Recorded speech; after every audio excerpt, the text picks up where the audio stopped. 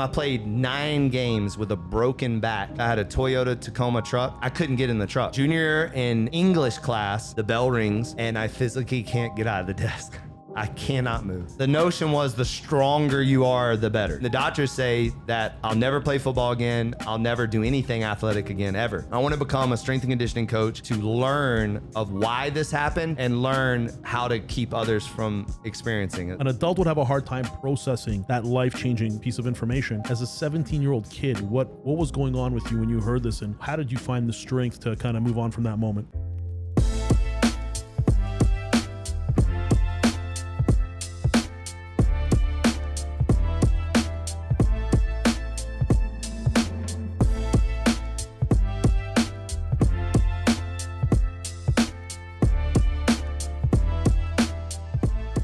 Welcome back to Rise Podcast, life stories of accomplished individuals. Thank you for joining us again. My name is Gary Lipovetsky, and if you've already watched a couple of these episodes, you will know that the whole premise of this podcast is to speak with accomplished individuals and understand what makes them tick. It's somewhat of a human case study, if you will. Today we have Manning Sumner here. Manning, what's up, man? What's up, Gary? Look, it's really good to meet you. You and I just met literally a few minutes ago. Yep. But obviously, I searched you out online, and I know a lot about you. You were referred to me by someone in a group. Like, I think it was my kids. Yeah, it was my kids' private school. No way. Where they go to school. So we have a group. It's called like a brotherhood group. Okay. And so we all bounce off like ideas and suggestions to each other.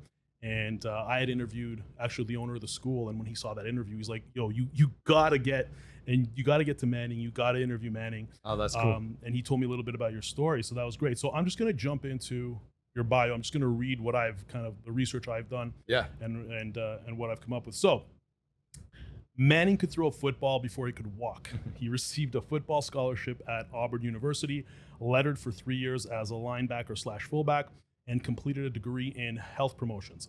Manning is CEO of Legacy Gyms in Miami, which he launched in 2008 and is now a 6-location empire. And actually, Manning corrected me because you've got now, I think, 8 or 9, you said? Well, so we have 6 that are open, yeah, and then we're in the process of doing 4 more. So yeah. Okay, so 10. So it's going to be 10 in total. It'll be 10 total. Amazing.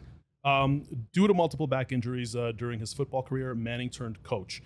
Fast forward, he now has over 20 years of experience in transforming lives. He's personally trained professional athletes and celebrities.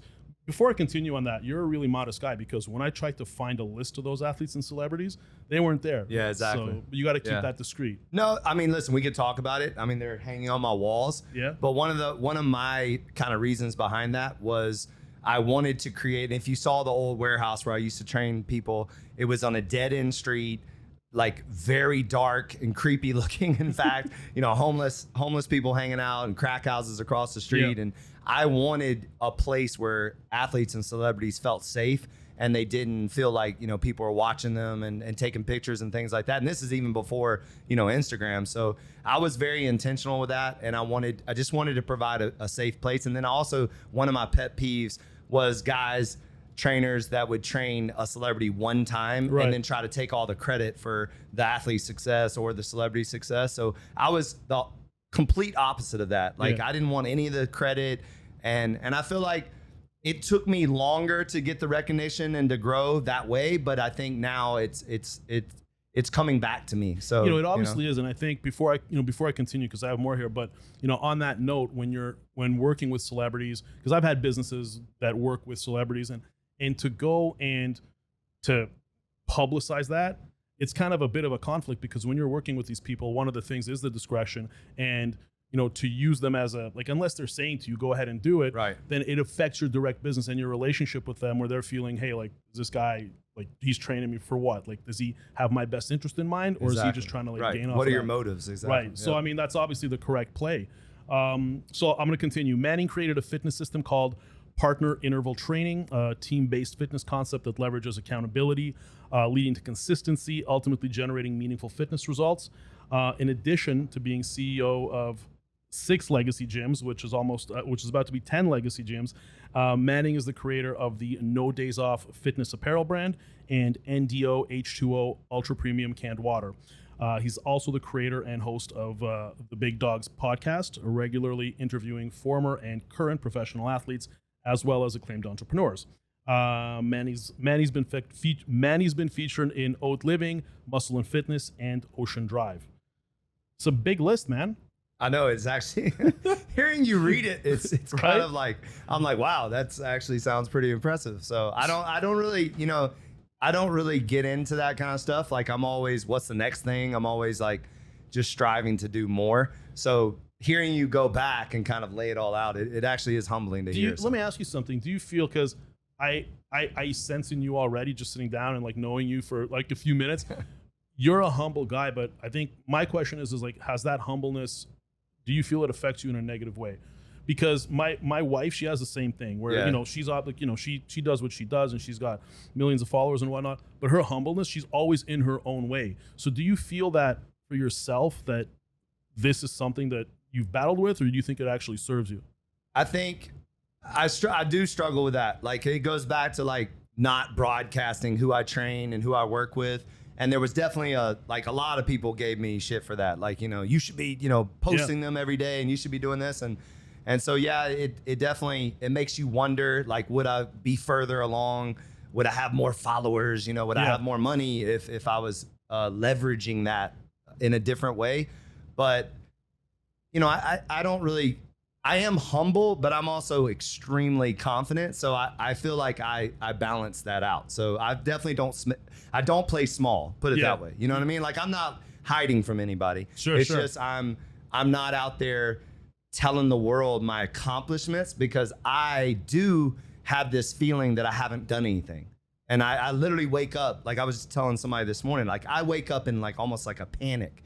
Like, that's how I wake up every morning. I wake up like I haven't done anything. I got to do more. And so I'm not saying that's healthy, but that, I think that helps you stay humble. Is like, for example, when you're sitting in this container ship, when I opened this facility and April 1st and everyone was, looking at it and saying how beautiful it was and how amazing it was, I was already designing the next facility. Right. And I was already thinking of all the things that were wrong with this facility that I could correct the next time.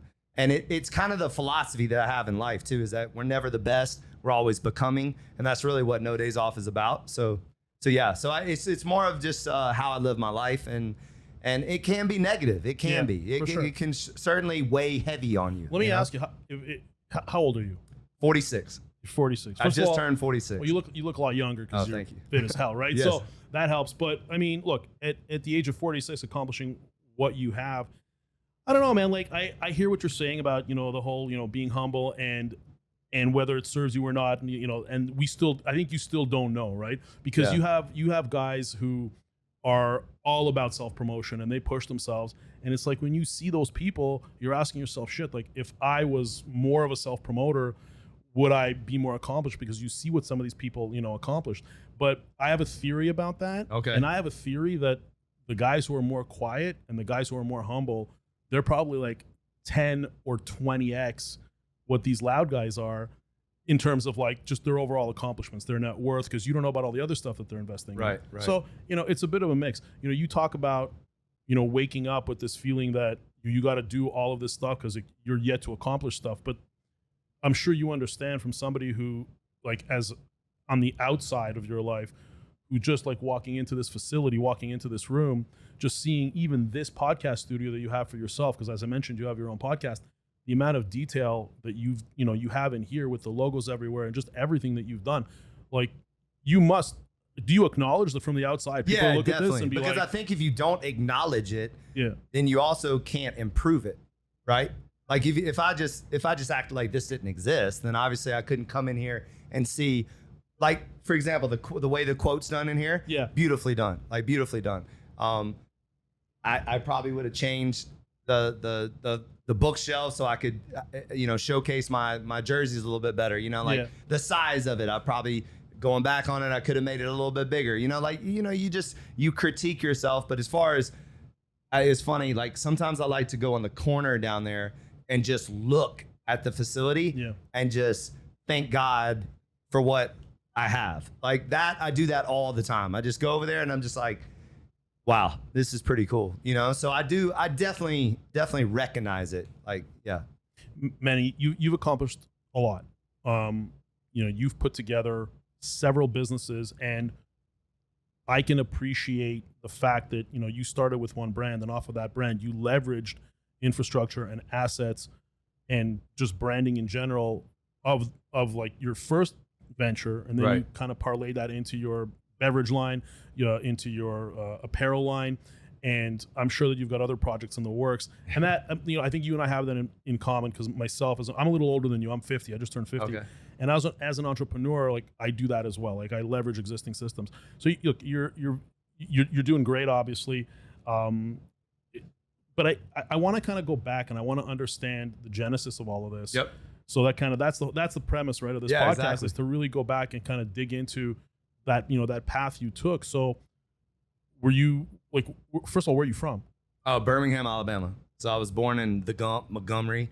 All right. And I was raised in Birmingham. I went to Mountain Brook Elementary School, and then I kind of got recruited as an athlete and to a private school called Briarwood Christian. What grade was that in? Around like sixth grade. Like, believe it or not, Alabama, they start recruiting you early. Let's back. Okay, sixth grade. That was for football. Football, yeah. All right, so let's back up for a second. So up until sixth grade, you're going to a public school. Yeah. Like I don't know the polite way to ask this, but like, was this like a fancy? Like, would you come from like? Oh, it was fancy, definitely fancy. Yeah, I came from public school. Public school, but it was it was a rich neighborhood. Okay. Mountain Brook is a very bougie, rich area in Birmingham, for sure. Okay. For sure. So, and Briarwood is a private school, but also, I mean, I wouldn't really say it's bougie, but it's also a very prominent school. I mean, I think now they're really prominent. They've even grown more than that now. What did your parents do?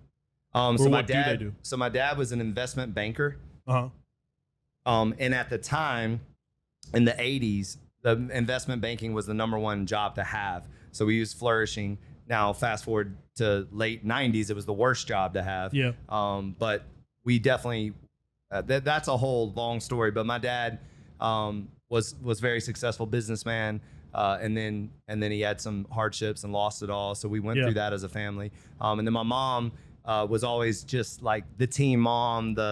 My mom was like everything, you know, like, so she was everything to my brother and I. And then she also was a florist and a designer. And so now she does weddings and she's a florist. But back then she was just a stay-at-home mom. You have the one brother? And I have one brother, yep. Named Peyton, ironically. So, Peyton. And yep.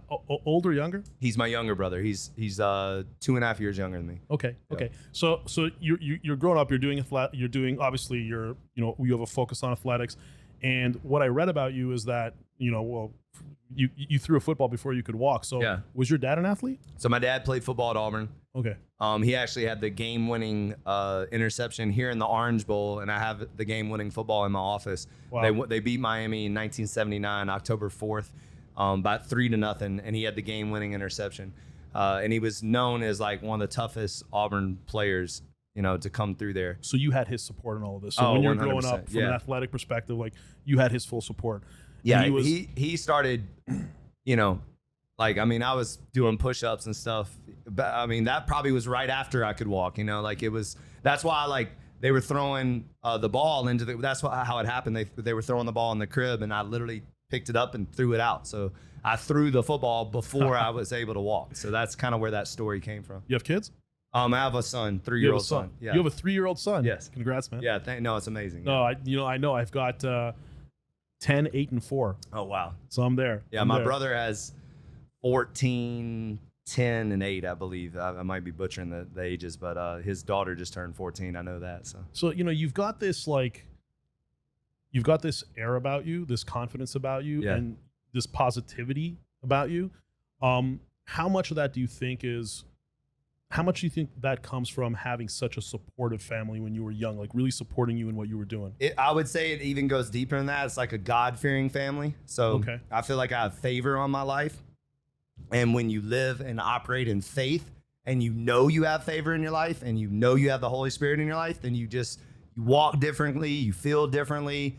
When you don't operate in emotions and feelings as much, you certainly feel them. Yeah. And I'm not saying I'm emotionless by any means. I'm a very emotional person, but I always know that it's going to work out. Like I just, like, I don't even question it. Like, and this is you your know, faith. This is a this is my combination faith. of your faith and the support of your family and just growing up in this positive environment. Yeah. Just growing up with, you know, my mom was a prayer warrior, you know, Wow. always praying for my brother and I. I was reading, there's a book called My Utmost for His Highest by Oswald Chambers. I was reading that in, like, I think my mom said, like, 3rd grade, which is like high level reading. Yeah.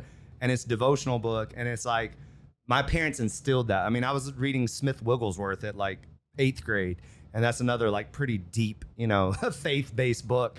And then just biblical, you know, my parents were in every church you can think of. I mean, went to every denomination possible, and just very Christ-centered, very Bible-centered. And I just think there's power in that, you know, when you stand for something that is bigger than physical, you know, like you have something spiritually in you that you can always go back to and realize that that's the most important thing. And if you can live your life knowing that, then, I mean, what you don't have to worry about stuff. You seem to transfer this energy that you have, this positivity, like in just sitting and, you know, and speaking with you. Like I feel energized in speaking with you.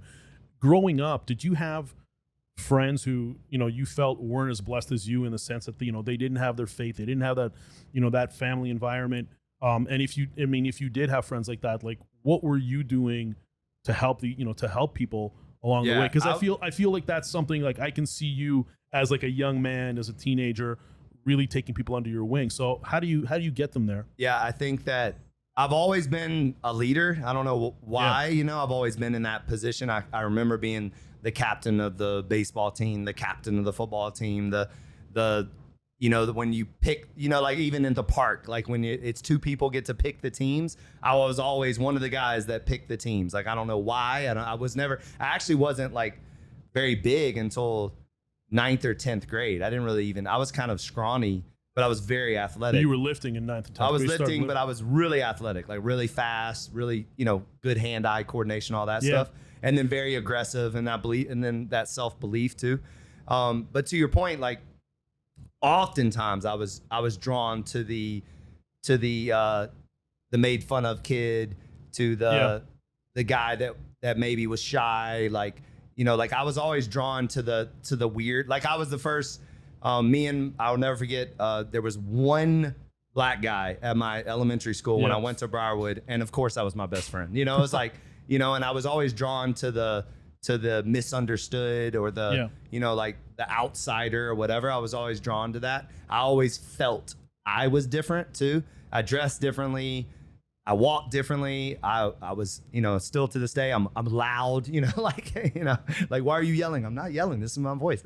And stuff like that. But yeah, I mean, I don't know if I answered your question, but I think you did. Yeah. Look, I think you did. I think that you have an empathy that I think you don't even know that you're doing it, but I feel like you affect people in a positive way. Again, like, for the short period of time that you and I have spent together now, like, I feel energized. I'm already thinking about kind of what's my next move. What am I doing? You know? So when you went, you transferred over to the school in the 6th grade, and that was on I guess, is that a scholarship already, or that's like a football? No, it was just more of like, hey, we want you to come to our school instead of going there. So they my parents you. Still had to pay for it, but yeah, Sure. But they definitely, it was a recruitment. Like, they were like, hey, we want you to come to our school, and because it was I think they don't accept everyone. I think that's kind of how it works. And was your goal to play football professionally? Oh, for sure. Like, since a young age?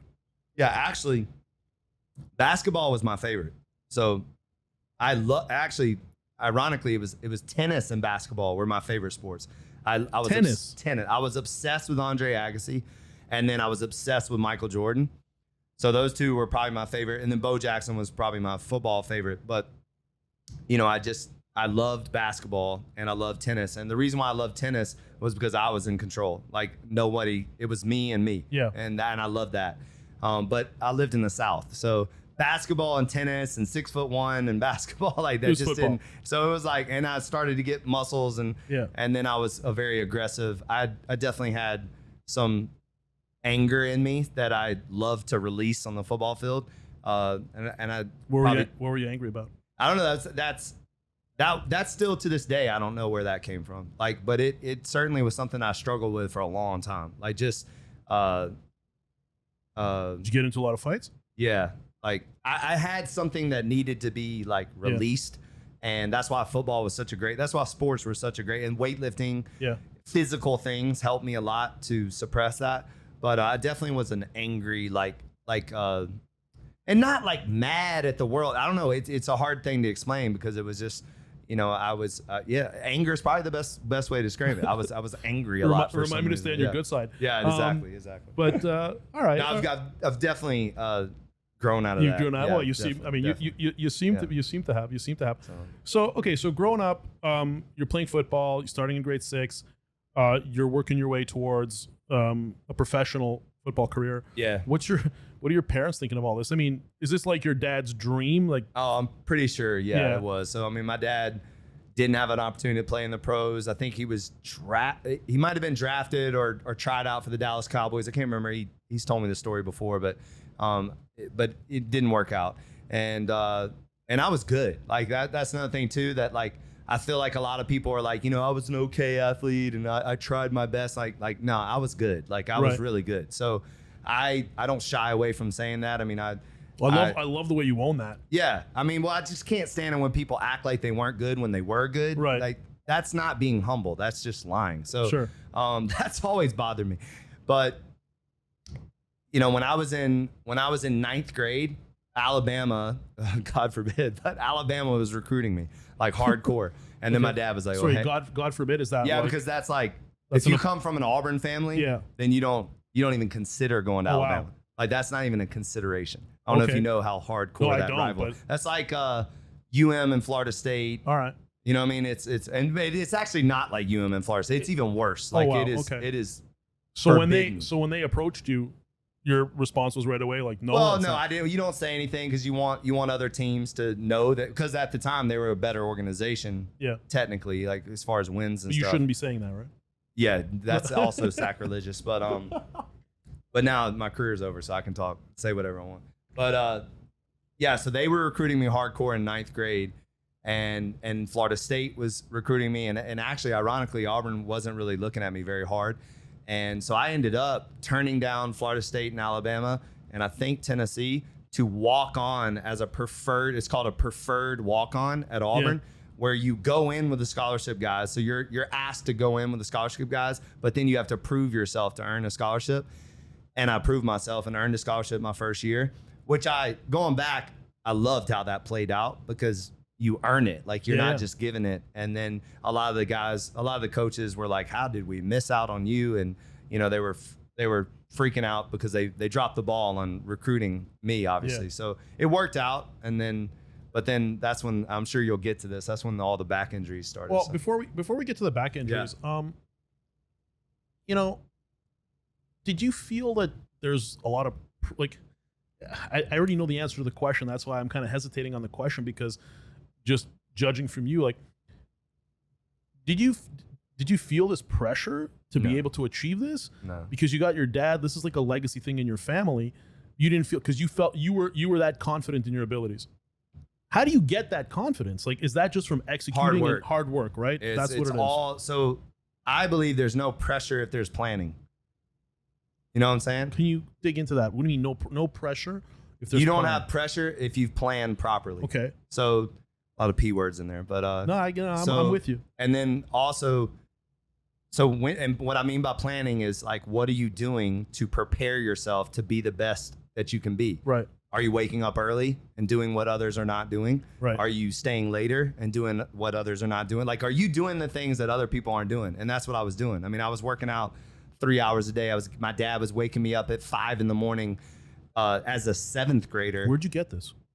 What do you mean? Where'd you get this? Because my dad, I would assume. I mean, the apple doesn't fall far from the tree, right? I understand. I understand, but I have 3 sons, as I mentioned before. Yeah. When I'm telling them, you got to wake up and come with me to the gym at 5 a.m.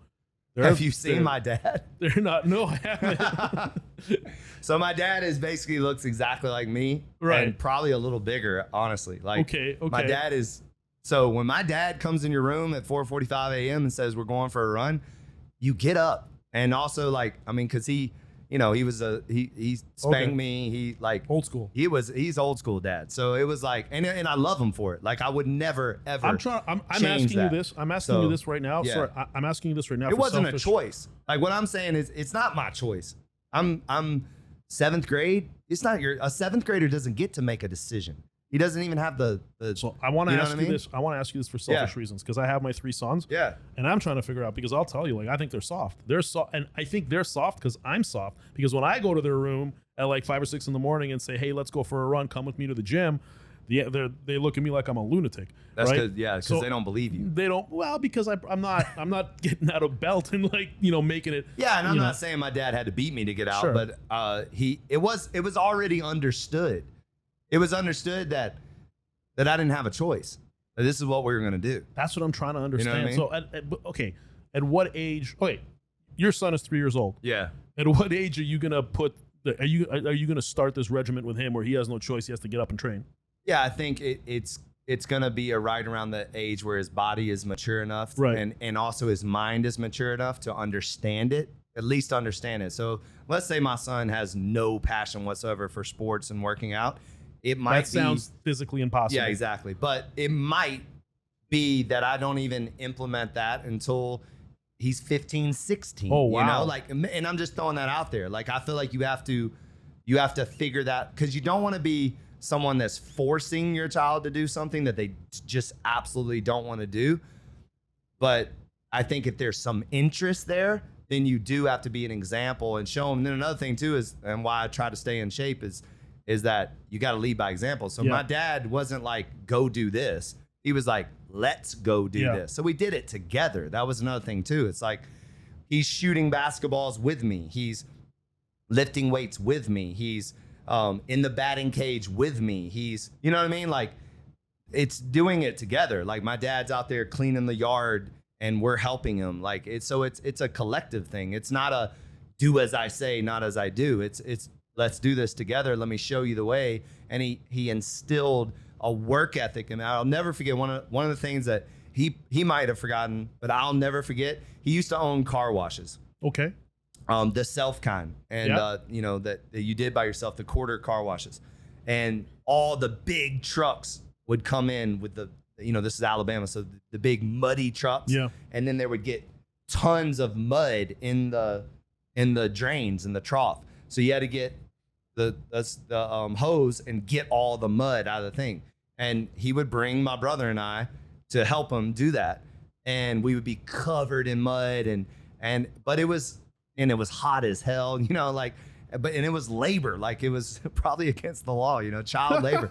but I'll remember like kind of having a little like my balls dropped, what I mean? Like having a little like walking away from that going like, I'm a man, you wiping the mud off, and I don't know, you felt like you did something. And I think so that was young. Like, I can't remember what age, but that's even before the training and all this. So that's just hard work. Like, that's not even working out. That's just doing a job at an early age. And I think that's the kind of stuff that he started to instill in us. When did your back injury happen? All right. So it's two times and ongoing. So when I was, what's the injury?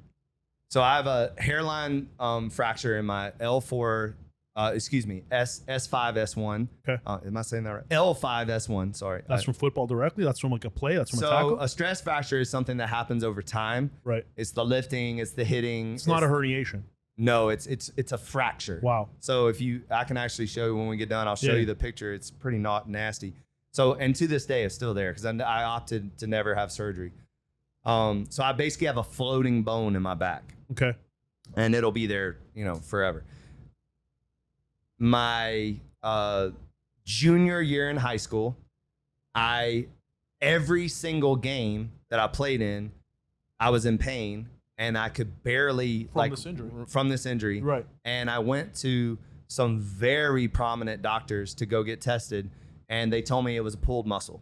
So they misdiagnosed me, and it was Health South doctors. It was the same doctors that look at NFL players and. So you thought it was a pulled muscle the whole time, and you kept playing. Not only did I think it was a pulled muscle, my dad thought, every coaches thought it was a pulled muscle. So they that period of time, I played 9 games with a broken back, and I was not myself.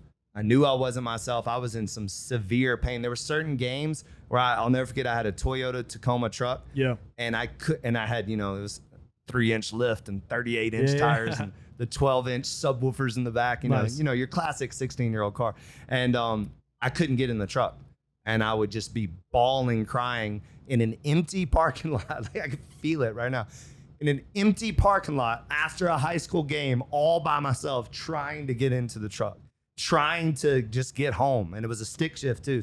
And it was miserable. And being the tough guy, that you want to be, you kind of just kept going. Like, you were like, I have a pull muscle, like, I can't complain about that. Finally, junior in English class, Coach Matthews he was our offensive coordinator and my English teacher. I'm sitting in the classroom, the bell rings, and I physically can't get out of the desk. I cannot move. Like, I couldn't. And again, you still think it's a pulled muscle? Well, obviously at that moment I knew something was really wrong, because I was essentially paralyzed. Like, I couldn't move, and I was bawling, crying. This is the first injury. This is the first back injury. This is my junior year in high school. So you recovered from this, and you continued playing. Yeah. So this is what happened. So that moment, Coach Matthews called a specialist, and I went and got a bone scan. So before I got an MRI and X-rays, but a bone scan goes deeper into the bone, and they found the fracture.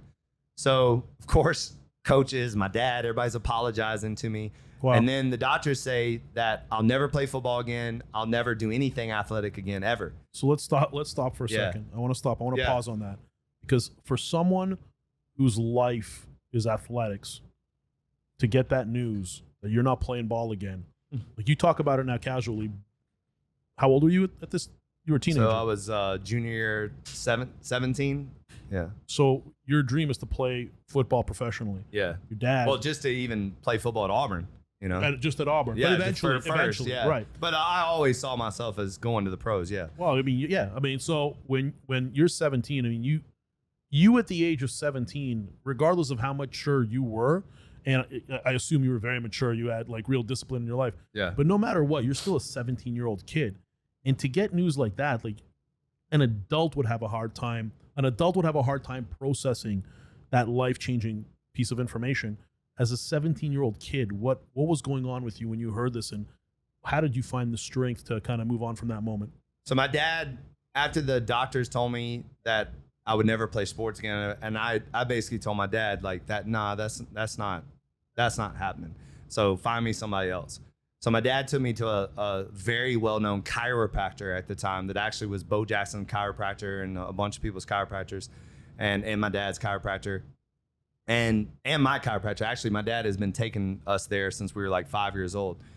So he looked at the bone scan, and he actually gave me these pills called Bone Factor 1. And if that's not the exact name of it, but it was something like that, like Bone Factor 1 pills. And he's like, take these like M&Ms and everything the doctors told you not to do, I want you to do it. And this is who telling you? Sorry? This is my chiropractor. All right. He's basically telling me to do everything they told me not to do. What did you think of that? Because chiropractor, some people will argue that that's not real medicine. I'm not making a statement about that. No, I know, and I've heard that before. And there are some nut jobs out there that call themselves chiropractors that they're not. I certainly believed what he said, and I'm a big believer in our bodies having the ability to heal themselves. Yeah. If you do the right things. So basically, imagine orthopedic surgeons, high-level doctors tell me all you can do is rest, versus the chiropractor saying get as strong and flexible as possible and take these calcium pills, basically what they were. So I did what the chiropractor told me to do. So when I got the news that I broke my back, I was 215 pounds. After a dedicated probably 6 months, I was 195 pounds. Whoa. Shredded, six-pack. But you were 215 pounds, like muscle. Like, you weren't. Well, I was a little soft, to be honest. All like, right. yeah, I wasn't like very lean. I Sure. was more bulky. Okay. You know, I mean, I wasn't fat by any Right. means, but I had a lot of I had little love handles, you know, that kind of thing. I wasn't polished. Sure. But I came back my senior year. I could do the full splits. I was stronger than I've ever been in my life. I was 195. My back was stronger than ever. What did the doctor say? When you sorry to So interrupt we went you, but back and got a bone scan, and sure enough, all those calcium pills, I had an entire layer. You could see it on the bone scan of white deposits over the fracture. were you It angry? literally healed. Were you angry at the doctors because you have a chiropractor who's giving you calcium pills, and it sounds like almost like an oversimplified solution to what you're being told is like you're never playing football. I think I felt so good. Were you pissed off? I'd be pissed off, man. Like at No, these I doctors. I honestly don't remember being upset. You trust doctors today? Do what? Do you trust doctors today Oh no, not at all. because of that? I only go to chiropractors and osteopath now. Gotcha. I'll never go back to orthopedic surgeon. I'll tell you another. We can talk about Sure. what an orthopedic surgeon told me in 2015 that it'll blow your mind, like what he told me to do. So, but yeah. And then I won Defensive Player of the Year in Alabama. I had like 168 tackles that year Wow. with 1,000 yards rushing. Like it was like I was, you know, I came back strong to say the least. Okay, so you're Yeah. you're in college. Sorry, are you living at home at this time? Oh yeah. You're yeah. living at home. Okay, so you're not breaking that bond with your family. All right, wait. That was high school. That was sorry. Okay, That's, so that's my junior year in high school. junior year. Okay, Yeah. So then then I came back for my senior year, won Defensive Player of the Year, balled out. Yeah. You know, a bunch of things. Came, I think, quarterfinals, and playoffs, and all that. but you're like a local celebrity at this point, right? I mean, yeah. I mean, Well, no, but I was you're- known. Yeah. you're being- I was in a bunch of papers and all that. Yeah. You're being humble when Yeah, you yeah. would go out, with your Oh, yeah. girlfriend Well, or yeah. everybody'd stop When you "Oh, walk man." into the Pizza Hut, everybody starts cheering. Yeah, that Gotcha. that did happen. Yeah. It was like Friday Night Lights. You know, it's Alabama. Yeah. That's like that scenario, like being in a fairly small community and being that star athlete in high school. Do you think that like again, like does that add to your strength? Does that add to your confidence today? Like having that experience as a kid? Definitely.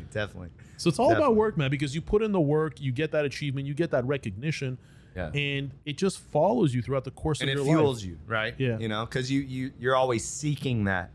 I think, you know, like you're seeking that not necessarily applause, but the validation of it. You know. I feel like the things don't get to you. I mean, I think, look, I'm sure they do, but it sounds to me, and I'm just kind of taking a pause in your life story just to Yeah. kind of pull some stuff out, but like, it just seems like it's such a positive cycle of, effort, discipline, achievement, recognition, and that constant cycle then creates something that no matter what is thrown at you, like you're good. Like you have all of that confidence that you've built up, and you have the ability from execution built up that you are now like impervious to a lot of things. Like, do you feel that? Do you like? And this is a long-term thing, right? This isn't something. All of these people talk about. You got these gurus talking about. You got to work hard and be confident, and it almost sounds like.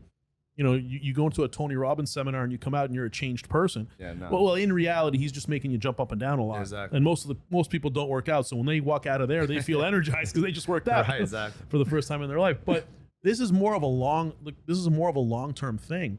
And no, I'm just like I'm seeing it in you, and I'm kind of rambling a little bit, but I'm really trying to illustrate the point that there's no real solution to kind of call it success or achieving whatever you want. There's no real quick fix. Like the life that you're describing to me from your early life till today, this is a constant, you're applying pressure on your goals, on your life every single day to get you to a point where you're building up this kind of asset of this mentality that you have to get you through hard times. Like, would you say that that's it's an accurate statement? Yeah, I mean, how I heard that was if someone asked me what's the one reason why you're sitting here today, it's consistency. Right. That's what. Yeah. Exactly. End of That's story. exactly it. That's it. Like it's not magic pills. It's not a magic potion. It's not a magic degree. It's not I read this or was told this. I have shown up for myself regardless of my circumstances every single day. So That's it. Like, we talked about the fact that you train athletes and celebrities, and these are already accomplished people. Yeah. So would you say that most of your expertise when it comes to developing people physically, and I'll say mentally, because there's a massive component to what you do, I believe, on the mental side. Do you believe that your expertise, would it be safe to say that your expertise is mostly in helping already accomplished people get to that next level? Or can you take like someone who's down or someone who didn't have your kind of discipline growing up, can you take someone and turn them around? So I don't think I would be in the position today if I only helped successful people. I think I own 3 different companies. Yeah. I have over 30 employees. Yeah. I have as young of employees as 20 and old as employees of, I think my oldest employee is in his 50s. So I have also been very known for giving people second chances. So what I mean by that, I think if I'm not mistaken, I've had over 10 people, former felons, come and work for me. Yeah. And give them an opportunity to work in a gym. And I have probably 4 massive success stories with that. And people in their darkest moment, coming out of prison for 10 years, coming out of prison for 5 years, coming out of prison for 3.5 years, those kind of stories, and giving them an opportunity to become something that they might have otherwise, like they'd end up being a valet attendant or working at Domino's. Why'd you do it? Why'd you give them that shot? It's personal for me. Like my brother went down. These are friends? Sorry, these are friends, or these are? No, these are strangers. These are strangers. These are strangers. Yeah. Talk to me about that kindness. Why? I hope I'm not putting you on the spot. No, I mean, again, I don't know how much of my brother's past he wants me to talk about, but my brother had a little struggle with the law and stuff, sure. And so I lived through that, and that was a very tough time, but he came out like, my brother's the head of sales in my company. You guys work together. Yeah. You guys look alike? No, he's got beautiful hair and he's a good looking dude. We look a little bit. We talk exactly alike. So on the phone, I think I'd be talking to Oh my God. It's actually funny. Like when we were younger and we would leave it, when actually people left voice messages, that doesn't happen anymore. Yeah. But, and I can't stand voice notes. So, but when we would leave each other voice messages, like it was weird. Like, cause you'd be like, am I leaving myself a voice message? Like we talk exactly the same. So that's kind of funny, but we look a little bit different. So he's got, like, I was the blonde-headed child and he was the brown-headed child. So yeah. So I want to go back to you, taking people, like, let's say for example, clients. Like, can you take on a client of some guy who's out of shape and he's trying to get his life together and he's already one of the older. things I was also known for was taking extremely obese people and Really? getting them to lose 80 to 100 pounds. I've had numerous success stories with that. I've taken women that have no butts and given them, without sending them to Colombia and actually giving them butts. And then one of my biggest things was taking guys that were either mentally struggling or even physically coming off an injury and getting them back to where they used to be or accelerating their careers. So I had a bunch of guys that just had bad work ethics, that were getting in trouble all the time. And then, their agents would seek after me because they knew I would get them right. These are athletes. And then my biggest success stories have been guys coming off of injury. So like I was the guy that got Sean Livingston back to where, he was after his ridiculous injury, and then Brandon Albert after his injury, and those kind of success stories. So the sports teams seek you out to they were back in players? the day, not now. Right. Like I'm kind of retired from that now. Okay. But yeah. So now let's talk about kind of what happened, what led up to your second back injury. So you fast forward to redshirt junior year in college. So first, and again, sorry, are you living in college now, or are you living? Yeah, in now home I'm living in college. How far away are you from your home? An hour and a half. Wasn't a tough transition. Sounds like it was 2 hours. Sounds like it wasn't a tough transition. No. You still talking to your dad every day at that point? Of course, every day on the phone. Well, I don't know about every day, but at least once a week, at least. How's he doing now? Oh, great. You guys, is he here in Miami? No, he's in Pensacola, Florida. Him and my mom. And you guys are still tight? Oh yeah. That's awesome. If anything, we're probably tighter now. Wow. Yeah. Wow. How old is he? 73. Oh, so he's young still. Yeah. Yeah, that's awesome. Okay. So you're in your junior year of college. You're playing ball. What are you studying, by the way? So it's called health promotions back then. Now, Right. if you looked it up, it'd be exercise science. That's what I wanted to Yeah. know. Is it kind of like kinesiology, or is that? So kinesiology is one of the core studies that Yeah. you have to go through. So yeah, it was Okay. exercise science, kinesiology. There's some funny stories about that Okay. too. So. But at this point, again, your plan is to play ball professionally, play football. Oh yeah, it was so I was Tikio Spike's backup for 2 years. He's a very prominent NFL player, probably will end up in the Hall of Fame.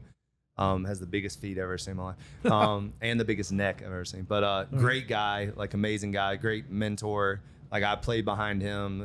It was really good to just watch somebody play at such a high level like that.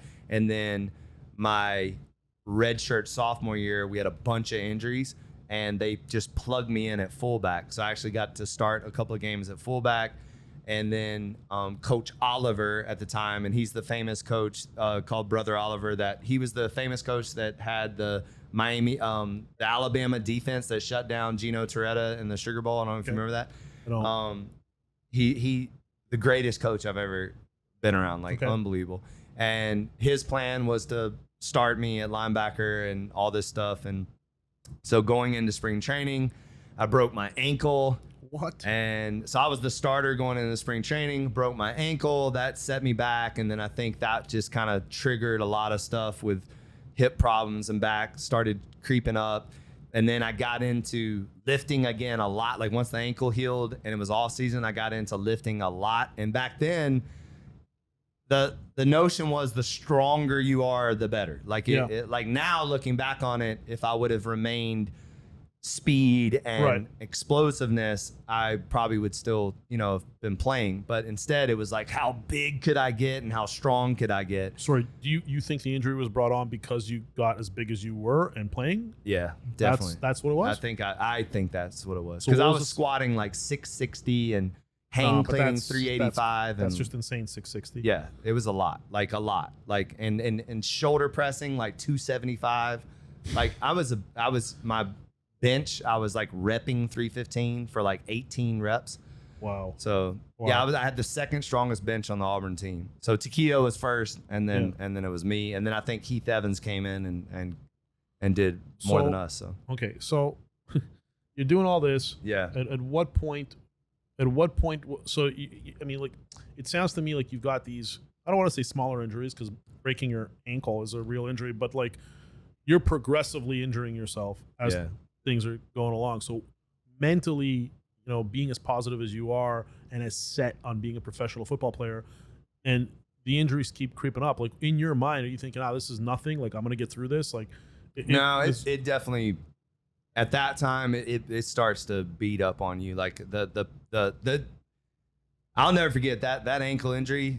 It was bad. Like it was a bad experience. Like because the back, at least you can walk. You know what I mean? Like, but when you can't walk as an athlete and you're on crutches and you're icing your freaking ankle 3-4 times a day and so you couldn't play, obviously. So I couldn't play. Yeah, you weren't playing. You had to pause from playing. Yeah. Okay. So you're trying to heal that. You're doing, the therapy room, the whole thing. You're watching your teammates accelerate and moving. Now you're getting forgotten about. That's not a fun time. Definitely not. So how did you handle that mentally? Just kept showing up for myself. Like you can either complain, you can either like play victim, and you can either feel sorry for yourself, or you can at least try to get better. So, I mean, I did everything under the sun. I mean, I was in the training room as much as I could. Like I said, I was icing my foot probably too much. I was icing it 3-4 times a day. And you were still socializing with the players? They were your friends? As much as they let you. But honestly, like when you're the injured guy, like, and there's probably like at the time, there's probably like 6 or 7 of you, would you say that this time when you got injured in college in your junior year, would you say that was like probably the most difficult thing that happened to you? Or do you think there's things after that? Because it doesn't sound like before that there was the back injury. Yeah. That was tough. Yeah. But like, would you consider that like a fairly large kind of down point? I would say setback for sure. Like when you're the starting linebacker at Auburn University, that's a big deal. Right. That's a big deal. And then, you see so when you walk into the facility, there's a depth chart. and you see your name at the top, and you walked on and you earned a scholarship, and now it's your time. Like you kind of feel like, okay, I finally arrived. And then you break your ankle. Like, trust me, it's not. I believe you. It's not a good feeling at all. Like, you get extremely depressed. Like, extremely depressed. So you're going through this, and you said you kept showing up for yourself. Yeah. But there's got to be more to it than that, because to come out of it and to, fast forward, this was you're 20 years old. You're 46 now, 26 years later, and you and I are sitting here, and you have all this. I haven't talked about this in forever, so this is kind of What's fun. that? I said I haven't talked about this kind of stuff in forever, so it's fun. That's great. Yeah. So you're, if you kind of look back, you're 20 years old. This really negative thing is happening to you. Yeah. Again, you're processing it from the mind of like a young man. You're not mentally as sound as you are now, right? Right. Yeah, you have the support of your family, but at the end of the day, it's like, and you're a man. You know what I mean? Like to take it's hard. I'm trying to like provide more detail and context, because I want people to really understand this isn't like, I was playing football and I got injured. This is devastating. This is your life. And fast forward, 26 years later, you and I are sitting here now. You have all the success around you. You're super fit. You've brought countless people out of like really bad situations. You've optimized athletes, celebrities. You're doing all of the things that you're doing. Like, I don't know, man. Like, what happened that you were able to pull yourself out of the situation and still have this like accomplished life? Because I would kind of dare to say, and I don't come from the athletic world in terms of like, I don't have the exposure that you've had, but I would think that there are people who had injuries like that when they're in their early 20s, a similar timeline to you, who they don't do anything now. They're like, I don't know, they're selling used cars over, whatever. Right. And they got there's a lot of stories. And like they got big pot bellies too. So what was the difference between you and another guy who got injured, who was on the same trajectory to get to where you are now? It's a tough question, right? It is. But you gotta look deep and understand, because again, I'm trying to understand what that is. And if I'm getting too personal, you can tell me. No, not at all. I mean, I think it's just it is a difficult question. If I had to like look back on it, I don't think you do say it like, oh, your family like supported you like in a light way. But they did. But it's actually like, if it wasn't for my dad and my mom speaking life into me, and even I had some solid friends too back then. Like, I had some pretty good people around me. So that's what it is. Yeah, I think it was the people around me that were not also, so not only in my mind, I'm not giving up on myself, but then if I was having to take that on by myself, that might have been a struggle, right? But if I believe in myself and then I have people around me that believe in me, and so now we're kind of all in this together and we're all speaking life in each other, then it certainly helps you kind of keep going. And I think that's what happened. I had a certain amount of teammates that still believed in me. My dad pouring into me. My dad also like did some interesting things during that period. He brought on some of his old coaches just to kind of pour into me and talk to me. And I remember those, conversations with strangers basically, but men, like men. Like, one guy had like a glass eye, like these kind of like pirate, guys that have been through it, war veterans and things like that. What was their motivation to talk you through this? Because I think my dad knew that it was a dark place, and he needed me to recognize that, like, I'm not the only one that has been through stuff. Are you okay with this line of questioning? Of course. Yeah, okay. Yeah. There's nothing. I don't want. Oh no, but I just don't want to. I don't want to put you out. No, because you mentioned you haven't talked about this stuff for a while, so maybe you don't want to talk about it. No, it's not. I think that what I never want to be, and I hear myself, and I've heard myself lately do it a couple of times to some of my younger staff. I never want to be that guy that, like, when I was your age, I could, like. I do that shit every day with my kids, man. Like, I think terrible. It's like lame, and no, I'm not you're trying right. to say, but it's just like, what are you doing now? You know what I mean? Like, stop living your glory days when you were 20 something. Like, stop. You're still living. Like, for me, that's why, like, working out and accomplishments and stuff now means so much, because I'm not dead. Like, I don't have to live back in my glory days. Like, no, I'm gonna make my glory days now. You look pretty. I mean, shit looks pretty glorious when I'm looking at it. Yeah, I mean, you know what I mean. You look like you're doing well. So, but that's why I think it's hard for me to talk about my past, is because I don't live in the past. Like, I've never been someone. That's a good. Sorry to interrupt you. I apologize. Yeah, no, you're fine. But that's a good quote. I find it hard to talk about the past because I don't live in the past, and I think that's a quote. Like, I want to pull that quote out when I'm making content for this, and I'm going to be making some promotion. I think that's a good quote for you because that's something that I believe like a lot of people suffer from. Is they're living in that past. But let's go back. Let's not go down that trajectory. But let's talk about the solution to your kind of problem at the time, where it was this group of supportive people. It was this tribe. So how important do you think it is for everybody to have this tribe of people around them to help them through difficult times? I think it's enormous. I think if you don't have people in your corner that are praying for you, that are lifting you up, to speaking life. And, a lot of times, and we know this saying, misery loves company. Yeah.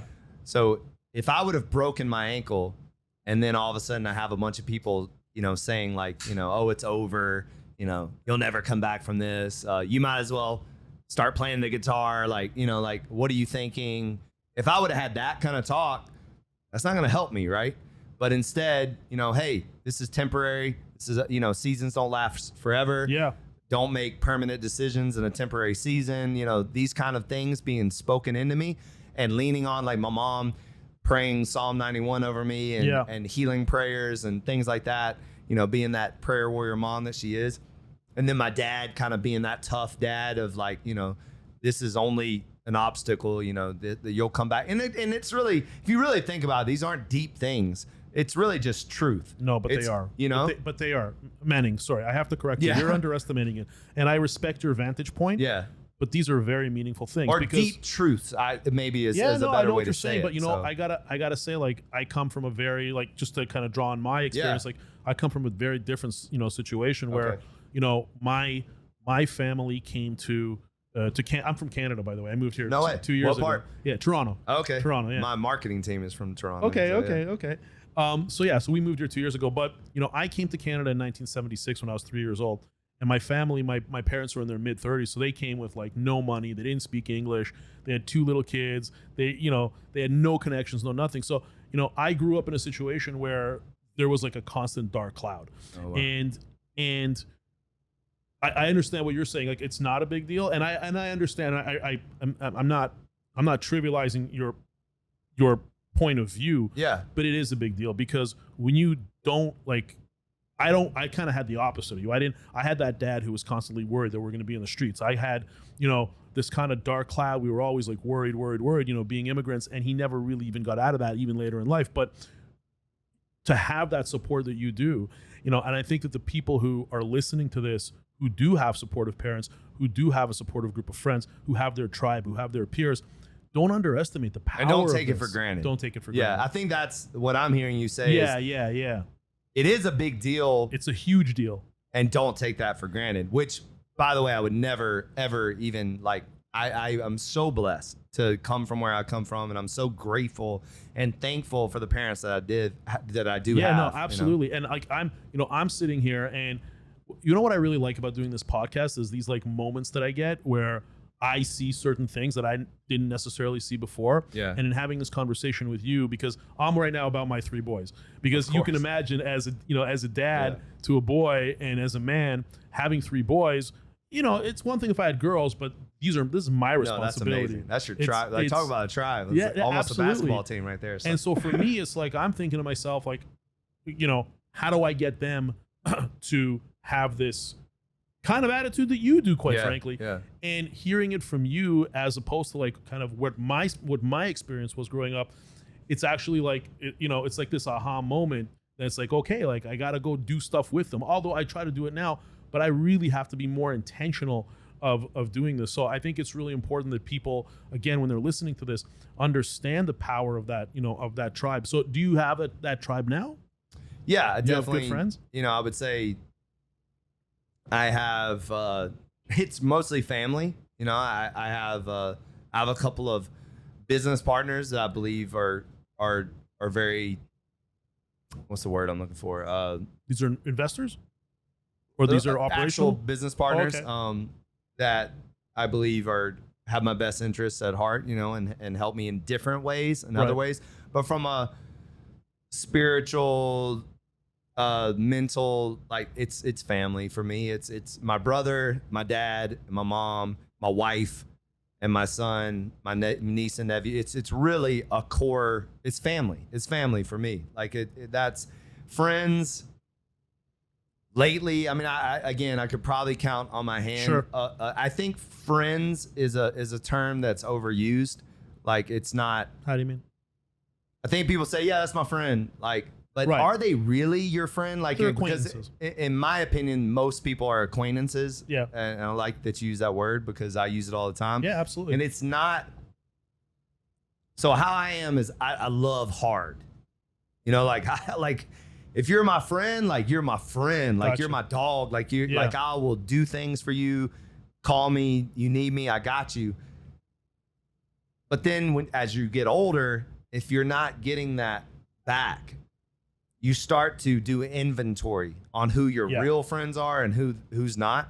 So I'm a big like check up on people kind of guy, but the older I get, like, bro, I'm not checking on you if you hadn't checked on me in 6 months. Like it's a two-way street, and you start to realize. Like I laughed. I just turned 46, and I got a bunch of birthday messages that the last time they text me Was your birthday? was Before my that? birthday. Yeah, no, I get And it. I literally screenshotted it, and I was just kind of sitting still, and I was just laughing at it. I was like, these people are so not self-aware that they haven't communicated with me in a year, and they saw probably something on Instagram or Facebook, and they have my number and they reach out. Like, to me, that's not being a friend. That's just like trying to kind of let it known that they heard it was my birthday, Absolutely. you know? And again, I'm not diminishing it or anything. I don't know. It just, it loses weight for I me. find, So. yeah, no, look, I agree with you 100%. I find that in today's society, there's this kind of like, what's the word I'm looking for?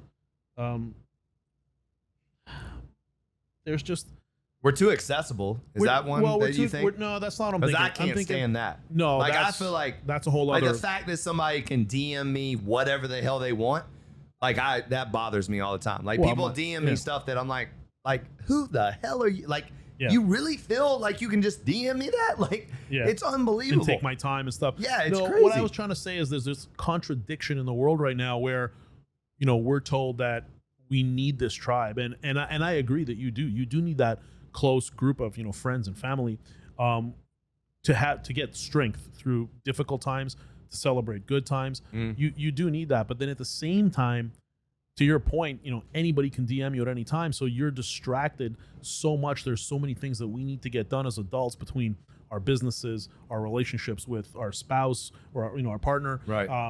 Our children, and all the things that we need to do. So it's just, I find that it's hard to have that kind of tribe, that forum of, for the example of like men, of men, Yeah. you know, like-minded men, you know, similar in age. It's hard to have that tribe and that kind of that forum, while at the same time doing life, like doing all the other things. No, that you're you need to 100% do. correct. And there's people in my life that it's tough to identify if they're an acquaintance and they're a friend. And the reason why I say that is because, to your point, we're all doing life.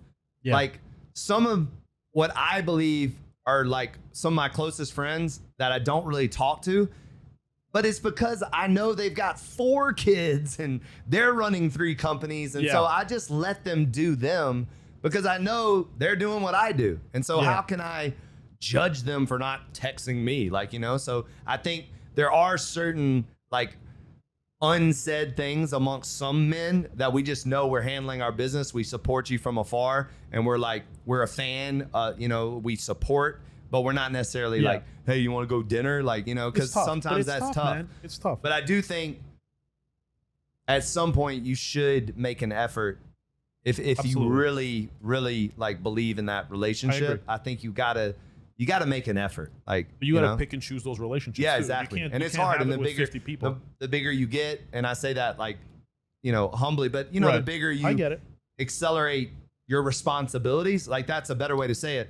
The more responsibilities that are falling on me, the less time I have for like conversations that aren't meaningful, things that don't have to do with accelerating my family, my growth, my business. Like if we're talking about like, did the freaking, Braves win last week. Like I could care less. Like, you know what I mean? So that's another thing too, that I'm protecting myself from small talk.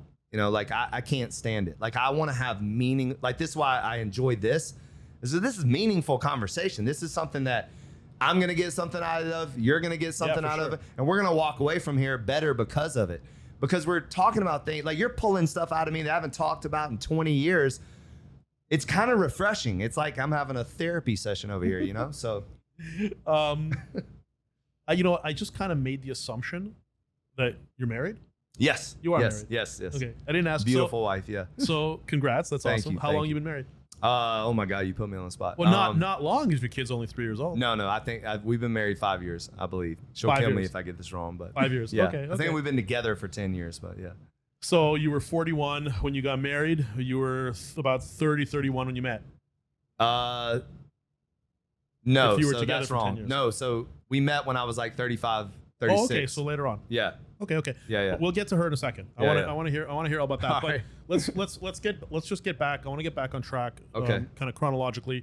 So you now have this. At what point did you understand that these kind of series of injuries, you were going through that kind of dark time that Where it we were was referring to? done?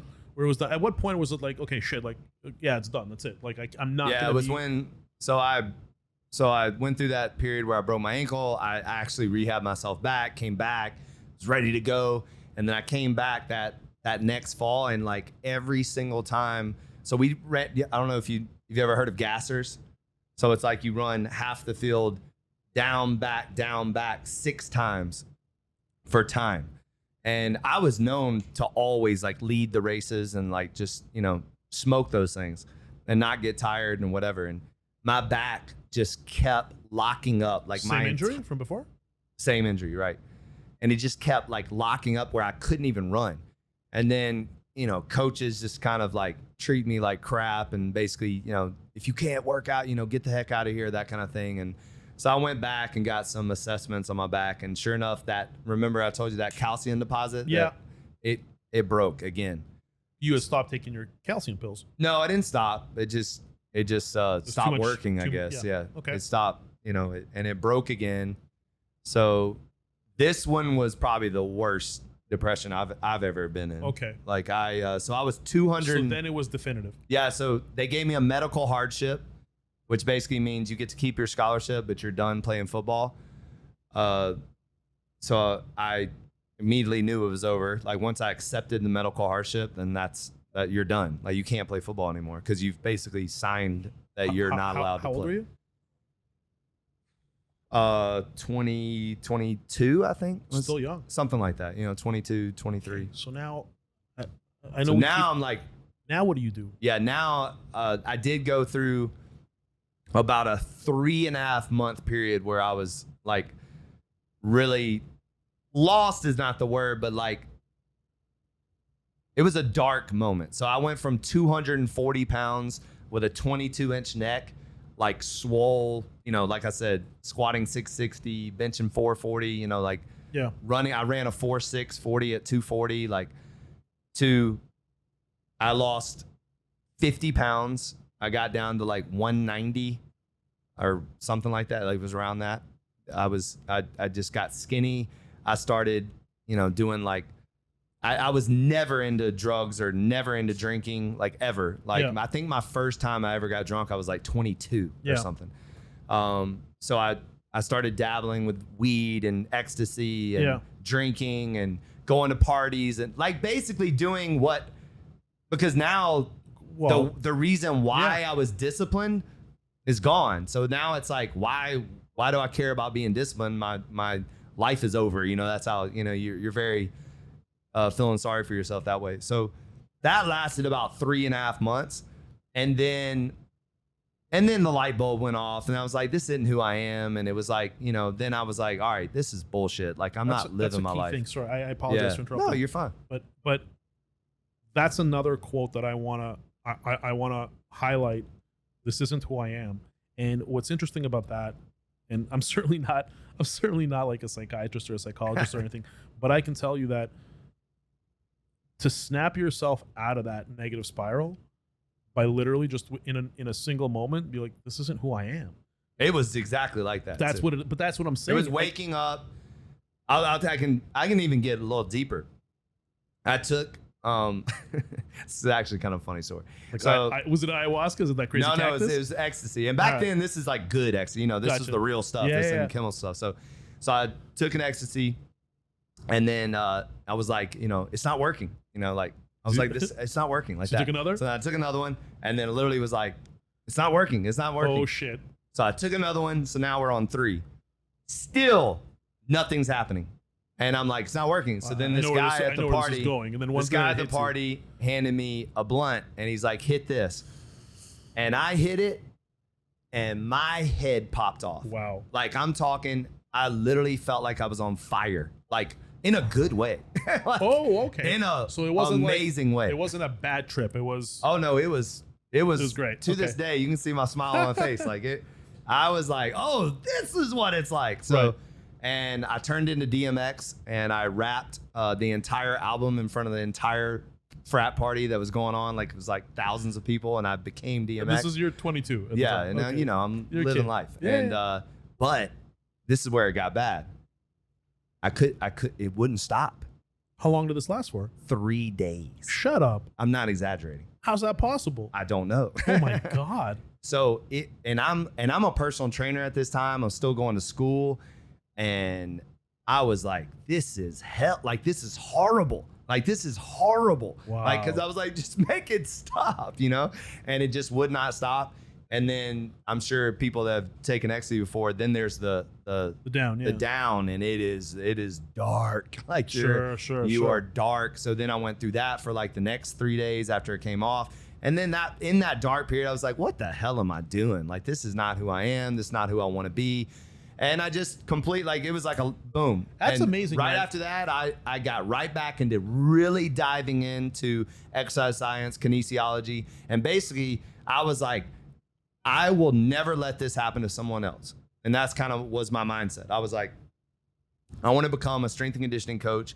I want to become a specimen, and I want to learn of why this happened and learn how to keep others from experiencing it. So that's why I got so into exercise and coaching and things like that, is because I didn't want somebody to have to go through what I went through. Because I truly believe that there was a lot of irresponsible people that worked with me, and worked with all these, you know, from high school lifting to even some of the stuff we were doing in college that was just stupid, you know, like if you know someone's has had back injuries, then why are you letting them press 275 pounds over there? Like, why are you even doing that? Like, it's just dumb. Yeah. So it made me want to become smarter in that area, and it certainly led to where I am today. You know. So then, okay, so I'll just say one thing Yeah. about this experience you had.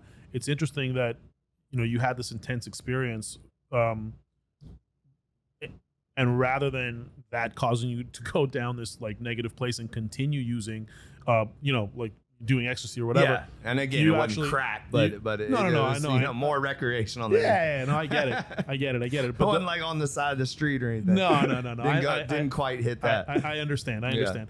So then, you know, you use that experience, and that experience actually fueled a complete kind of, you know, transformation to get you out of that negative place that you were at and get you now on this, you know, on this path and this revelation of who you actually are. So look, that's great. I mean, okay, so you finish college, you have your degree, you know, football's in the rear view, you know. What'd you do right after school? Like, what was the first thing? So it's interesting, just to go back just a little bit. My senior year, I had more of the football team training with me than the head strength coach. How's that? So I basically created a group of guys that I started working with on the team. And that's kind of how I got known as a leader and as a strength and conditioning coach, because I just had this way of taking people where they are and accelerating where they really should be. And I led by example. So another thing too, that again, rehab myself back, got stronger and faster and bigger than ever. Like I was like in the best shape of my life.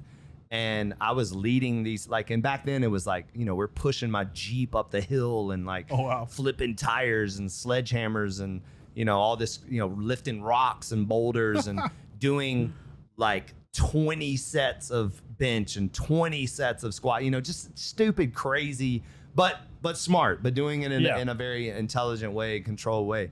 And then again, just getting guys that, like, I don't know what it is about a lot of individuals or athletes. Like there's a lot of, like, they have all the talent in the world, but maybe it's the generation, maybe it's that maybe they didn't have a father figure, maybe they didn't have the right coach or whatever, that they have a lot of self-doubt and a lot of they don't have the ability to push themselves beyond what they think they can achieve. So being able to get someone to do one more rep, get someone to run just a little bit longer, get someone and really getting them to do it, and then them seeing the results of that, like, I fell in love with that. Like, I was like, this is amazing. And then watching them flourish and watching them be successful through the hard work that we put in together, there was a lot of reward in that, you know? But was there at what point did you had to have asked yourself, what's the feasibility behind this from a business perspective? Because being, you know, like you've made this into a real business with multiple product lines and the actual facilities themselves, the training method and everything. But at that time, when you're in your 20s and, you know, you're doing this in your senior year, you're graduating college, you're going off into the world. Did you go work for someone else, or were you? My internship to get my degree. So you had a choice between, like, taking certain number of classes to get your degree or go do an internship. So I chose to be a strength coach at Samford University back in Birmingham, back in my hometown, for one of my mentors, Tommy Rowland, who I think to this day is still the strength coach there, and go work for him and learn from him. And so that's what I did. And then I also was doing personal training at a gym called AC Fitness in Birmingham, which used to be a Gold's Gym. And so I was personal trainer, strength coach. And so I was working for other people. How long? So you were working as a trainer and a coach for about a year. For about a year. Yeah, and maybe not even a year. Maybe it was no more than a year. It might have been shorter than that. When did you go into business for yourself? So while I was doing that, I got a phone call from one of my best friends that lived in Miami. He was like 6'4". You're in your mid-20s. I'm in my mid-20s. He's like 6'4", model, like gorgeous black man that was modeling here in Miami. Yeah. He was living the life, you know, had a condo on, well, not a condo, it was like a studio on Euclid. And he calls me up and he says, hey, if you shave your head, and this one I had beautiful blonde hair. And he's like, if you shave your head, I can get you in Bad Boys 2 as a stunt double, body double. And so I literally shaved my head within 30 minutes. And sent them the picture, and they hired me on the spot. So it was $330 a day or $330 a week. I can't remember what it was, but it was $330. I don't know how it was. I think it was a week. And so I had $2,000 cash to my name at a beat up Nissan Maxima stick shift. I drove all the way to Miami. It was like a 10-hour drive. Drove all the way to Miami. And literally, I'm not exaggerating, as soon as I saw like Miami and the whole thing, I literally called my parents. I go, you'll never see me again. I was like, I'm never coming back. And I just fell in love with Miami. That was your first time in Miami? That was my first time. Mid-20s? Mid-20s. First time in Miami. So were you in Bad Boys 2? Yes. Yeah. I was a stunt double, body double for a character called Zank. So I mean, I actually recently watched all 3 movies. Yeah. I made my kids watch them. I don't know if that's the right thing to do, but I'm just trying to. They're great movies. They're great movies. Yeah. Very, and it was very really well fun. done. I got to hang out with Will Smith's body double a bunch. I had my own trailer. They put a bullet hole in me, like the whole full-on makeup crew. Like it was a very cool experience. Okay, I'm gonna go back and watch the movie, and I'm gonna Well, you'll see the back of my head.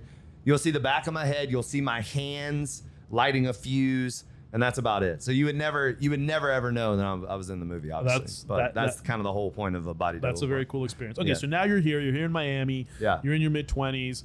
You got your buddy who's a model. You were just, you're a double in a movie. What do you do? Like, what are you doing for work? Like, what do you? Yeah, so I was getting paid doing that, but chump change, wasn't a lot of money. So then I went straight into Crunch. So at the time, Crunch on 13th and Washington was like it's a gym. It's a gym, and that's like it was the gym in South Beach. It was like Madonna, 50 Cent, Eminem, like everyone went there. Beyonce, like everybody worked out there. Yeah. That was like the spot. And there was 38 trainers that worked there. So I walked in, this little cute gay guy named Scott Hauser saw me, lit up like a Christmas tree. Here comes the boy from Alabama.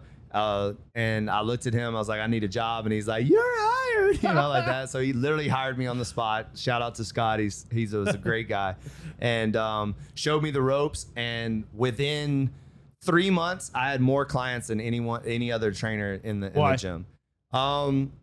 I'm really good at what I do. And I don't say no, like when it comes to days, times, hours. So I was training from 5 a.m. till 11 at night. Like it was like, when do you want to train? Okay, I got you. And it was not like, oh, let me check my schedule at the time, because I just wanted to collect money. Like I wanted to make money. So, and probably thanks to Scott and probably thanks to Miami, one of my go-to moves was I had a pit bull at the time named Artemis. So I would walk down Lincoln Road with my pit bull and my shirt off.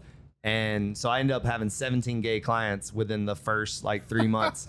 So, and they're great clients because they love to work out, they have money, and they're very loyal. So it was kind of a win-win then. Then I had a bunch of my athletes that I used to play football with hit me up and be like, what are you doing now? And I'm like, well, I'm actually in Miami training. And Miami was kind of hotbed for off season for guys to come down. So I had a couple of guys come down to train with me. And then that turned into 29 NFL guys. And we had like a full on off season training. And actually a lot of those gay clients got pissed because I left them to do that. Right. And so, I mean, look, you've got now this kind of roster of clients. You've built up a name for yourself. This is over like what, a couple of years? Yeah. So you've built up a name for yourself. What was that transition into opening up your own place? So, I ended up traveling with Scott Stapp, the former lead singer of Creed. Okay. And then I ended up traveling. So after that, I experienced a lot. And then I ended up traveling with, come to find out now, one of the largest con artists ever to grace our presence. He's in prison in Sacramento now. You were traveling with him? Yeah. So, but I didn't know he's a con artist. Are you able to say who that was? His name was Troy Stratos. I've never heard of him. So he conned Eddie Murphy's wife out of like $13 million. He conned like Saudi Arabian princes out of hundreds of millions of dollars. He was literally like if he was here right now, we would all like, and we didn't know he was just a guy off the street. He would have us in the palm of his hands the guy was hilarious, spoke like 5 different languages, could sing, was funny. Like it was wild. And he was literally a genius con artist. He's in prison now? He's in prison in Sacramento. Okay, sorry. So, in what capacity were you involved with him? I was his personal trainer, security guard, nutritionist, like a little bit of everything. Because I thought he was a music director and movie director. We were on private jets. We stayed in penthouse apartments. Like it was crazy. Wow. So, I mean, that's. But through that experience, that's a whole story on itself. Yeah. But through traveling with Scott Stapp and traveling with Troy Stratos, I got to see probably, I'm not exaggerating, like all the top gyms in the United States. Okay. From Atlantic City to Nashville to Salt Lake City, Utah to Dallas, like because we traveled all over the place and we were going to these gyms. Did you have it in your mind to open a gym at that point? This is what happened. So as I'm experiencing this, I'm taking these kind of mental notes. I've never been a real like note taker. Yeah. I've always just kind of kept it up here. I've been taking these mental notes of like every daggum gym we go to is exactly the same. You walk in, there's a front desk, there's a machine section, there's a cardio section, there's a bunch of TVs, there's a free weight section in the back, there's a gross locker room. Like there's a aerobics room tucked in the corner with a glass thing with the wood floors. Like every gym looked exactly the same. So after that experience and I got back, I bought poster board and I started just mapping out what I thought a gym should be. And a lot of it was having that experience of college football. Like when you walk into a college football weight room, I mean, you walk in, dudes, shirts off, loud music, chalk flying, softball team in the back. You know, like it's a movie. Like it's like, you know, like you walk in and you immediately feel the energy. And I was like, that's how I want my gym to be. I want it to be like as soon as you step in, you know it's time to work and you know you're gonna have a good time. Like it's like energy. And I hope you felt that when you walked in here. Yeah. Like that's how I want people to feel. Like people sometimes walk in my gym and they're like, what the hell is going on? Because our group exercise room is in the middle of the gym. Because to me, that's where it should be. Like, why is it tucked in a corner in a glass box? Like, you know, looking like a fishbowl, like with low ceilings, like, and especially like some of these group exercise places, they're dark as hell and looks like a club in there. Like, who works out in the dark? Like, that's just weird. So athletes don't work out in the dark. So why should we? And so I wanted to create something that's never been created. I've always been, and recently I've been reading some books about it, and I didn't even know I didn't know I was a category disruptor, but now I realize I am. And so I really have bought into this. I don't want to be the best at something. I want to be the first at something. And by being the first at something, you're creating your own lane, your own category. So I truly believe I have a category of gyms that doesn't exist. Yeah. There's a lot of people that have tried to do what I do, or they do it in their own way, but no one is doing it like I'm doing it. And I pride myself in that. And I think that that's why we're going to go far, is because we can't be compared to. So you have my commitment, because I didn't know about your gym. Yeah. I didn't. Which I love, by the way. Which is great. Look, no, I love that. I love that because what it does for me, that's another humbling moment. And I say it all the time. It's amazing to me. It shows you how many people, first of all, are in Miami. It also shows you that you can always grow. Like always. Yeah. Like the fact that you didn't know about my gym is, it's like, oh, I still have room to improve. Like I still can grow. You do have room. And that's an amazing attitude to have about it. You don't look at it like, why have I not been able to penetrate, like certain markets? You look at it like, wow, like there's so much opportunity still. So much opportunity. And just, I live 8 minutes from here. Oh, I know. Yeah. No, I mean, when you said you didn't know about my gym, I was like, what the hell? Like, that's weird. But it's also a good thing. I'm telling you. But I'm also new to Miami.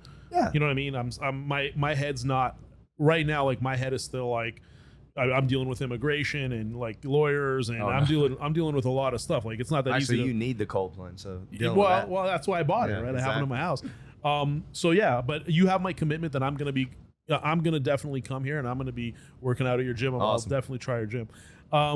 Okay, so tell me about what happened. How did you start? What was your first look? Is this your first location? So this is my first location, but in the warehouse. So on the other side of the tracks. So I moved it in 2021. I see. Okay. Yeah. So I was in a warehouse for 14 years. That's where you train people. That's quietly where all the and athletes privately. train. Yeah, exactly. I see. Okay. And so you were doing that, and that was a private gym? It was a private gym. So you only did personal training there? Yeah. That's warehouse. What it started to be. Yep. And you were the only trainer? So I started with one other trainer, and then that didn't work out. And then I hired 19 other trainers, and that didn't work out. So I actually ended up letting go, or they walked away. It was 20 plus trainers within the first 2 years. Because I can look back on it. I probably ran everybody off because my work ethic was unheard of. And when I tell you I trained from 5 a.m. to 11 p.m., I trained 5 a.m. to 11 p.m. I did 14, 16, sometimes 18 clients a day. And it was like, that's just what I did. And then, so imagine you're trying to find someone. So my approach was wrong back then. I was trying to find another me, and looking back on it, and certainly found that out earlier than recently. I mean, I found out that after about 2 years that I'll never find someone like me. You can try to create. Exactly. You can train. And I can't, what's the word? So my point is basically I will never find someone like me. So stop looking and try to find someone that is humble enough to learn from me and to and just to implement the things that I'm trying to do. Yeah, man, you got to build that team. I've been an entrepreneur long time, and It's about building that team. It's about Yeah. knowing that no one's going to do as good of a job as you. No one's going to care about it as much as you. And why Right. should they? And right, exactly. Why Right. should they? Exactly. So I think that when you accept that truth, and then you work with people to be like, okay, like, what is your goal professionally? How can I help you, achieve that goal by training you to do what I need you to do in this organization? So, but it sounds like you figured it out. Yeah, through a lot of trial and error, through Yeah. a lot of instead of panicking, pivoting. I also changed my business model. That was another Yeah. thing too. So originally at the time, personal training gyms were like the hottest thing. But I think I got in like right at the end of that hype. Okay. And I think things were shifting towards group exercise. So I would say 2001 or even prior to that, to 2007, 2009-ish, was personal training was like at the highest peak. Right around 2010, you really started seeing group exercise, the Orange Theories, the Berries boot camps, Soul Cycle. the Soul Cycle was huge. Rumble came out. wasn't. That was No, later. Rumble was later, That was yeah. later. Genius concept, but that was later. I actually But I spent a little bit of time with one of the owners there. Oh yeah, Yeah, Was nice it the owner of Catch? That guy? That's right. Yeah, he's great. Yeah. Like I like a lot of the stuff he Yeah, does. for sure. Soul Cycle probably being Yeah. number one, Berries number two, and then Orange Theory number three were very, very popular. I think even F45 was Well, the around. revenue, it's the revenue model, right? That's the key. The revenue model Yeah, is like it's the draft, it's an a la drive the carte. draft. It's a numbers game. Yeah. It's get a bunch of bodies in there. So at the time, I was seeing that kind of difference, and then also, when you're training elite athletes, Yeah. that's only 3 It's months narrow. out of the year. Like Well, it used to yeah. be 6 months, and then that turned into 3 months, and then that turned into 8 weeks. So that aspect of my business was also shrinking. So I really was like, okay, I need to figure this thing out. So, and then also too, not a lot of people are going to pay $300 an hour for a personal training session after the recession. Well, I mean, they will if they're professional athletes, right? That's kind of their my job. point Yeah. though. But they were only certain time of year. Right. So I was basically like, I need to pivot and do something where I can make money all the time, and Right. I can make money without me being here. Like, how can I figure that out? So I started doing, at the time, they were called boot camps. And I started doing boot camps. And then the next thing I know, I had like 80 to 100 people showing up. So another light bulb moment. I was like, oh, okay, well, this This is from your personal network. This is just your personal is brand. just me, word of mouth. Local area, Local personal brand. area, celebrity trainer does boot camps. Yeah. And people are showing up left and right. And I was a nutcase back then too. Like I was like the soup Nazi. So it was like, no soup for you. That was me. I would kick people out of the gym for not giving me effort. Wow. I became like very infamous, not famous, but like infamous for Right. like, have you heard about this guy like teaching these classes? And I kid you not, like it was that ridiculous. Yeah, but and that's a they good- were like, but that's a good thing. It's yeah, a good thing no, I because love it. if I you're, think, you're going in as someone who's trying to take this class and you're like, shit, if I don't perform, this guy's gonna kick me out of the class. Exactly. That's pretty cool. No, man. it definitely built a reputation, to say the least. Okay. They either loved me or hated me, or a little bit of both. So, All right.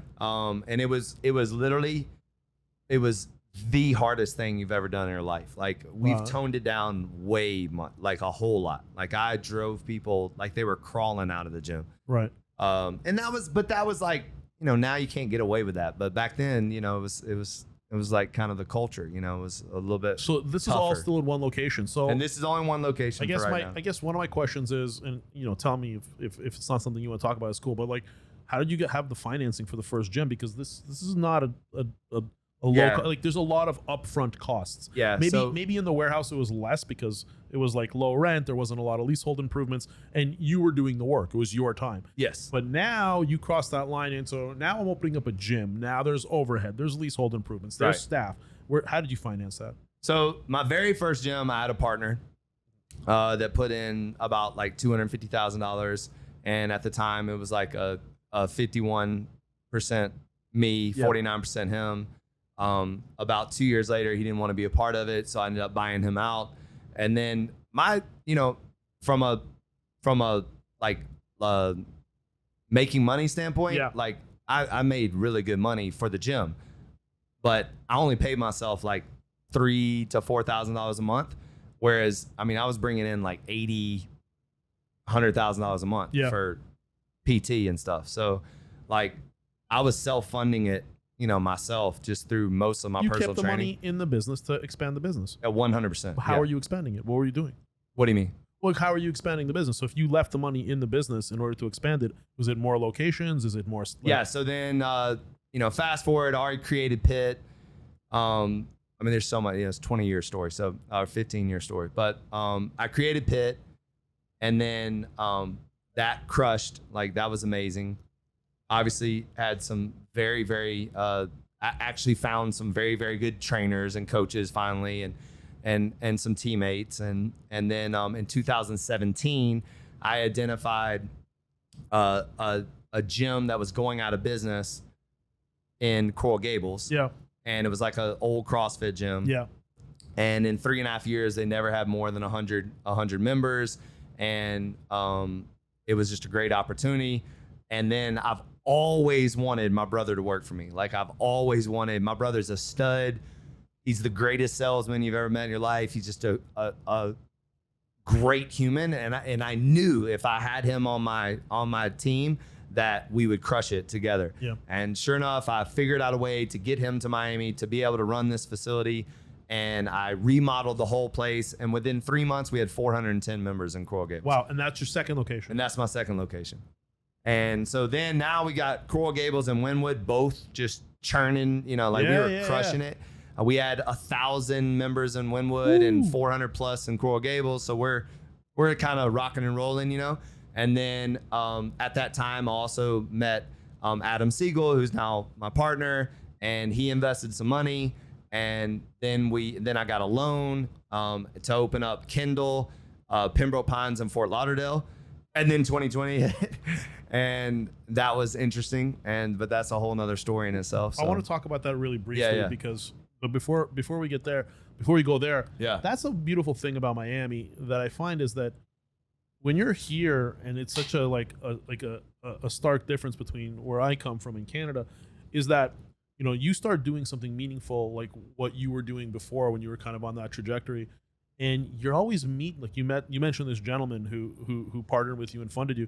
That's the great thing about Miami, is that there's such a diverse amount of people here, not only culturally but just like economically. So, you know, you've got a guy who just thinks you're the best trainer. He looks at your operation, and he's an entrepreneur who's potentially at an exit, and he's saying, "Hey, Manning, like, can we partner up, man? Like, I'll bring the money, you bring your expertise." And that's the beauty, I think, of Miami. And I think, you know, another thing just to add to that is it was actually pretty interesting that I trained all these celebrities, all these athletes before I met him that had way more money than he did. And this guy was like I'm talking, he probably made $350,000 a year. Like, you know, like he wasn't some kind of like, you know, massively net worth. He was that his Ferrari outside? No, that's another investor for the beverage company. But yeah, we're in a different money situation now. But I just say that to say, like, I mean, to this day, and rest in peace, he passed away. But I'm sorry. It was such a moment where I'm like, man, finally someone believes in what I'm trying to accomplish. So I want to make a comment on that, because I think you said that the athletes that you trained, they were far wealthier than this gentleman.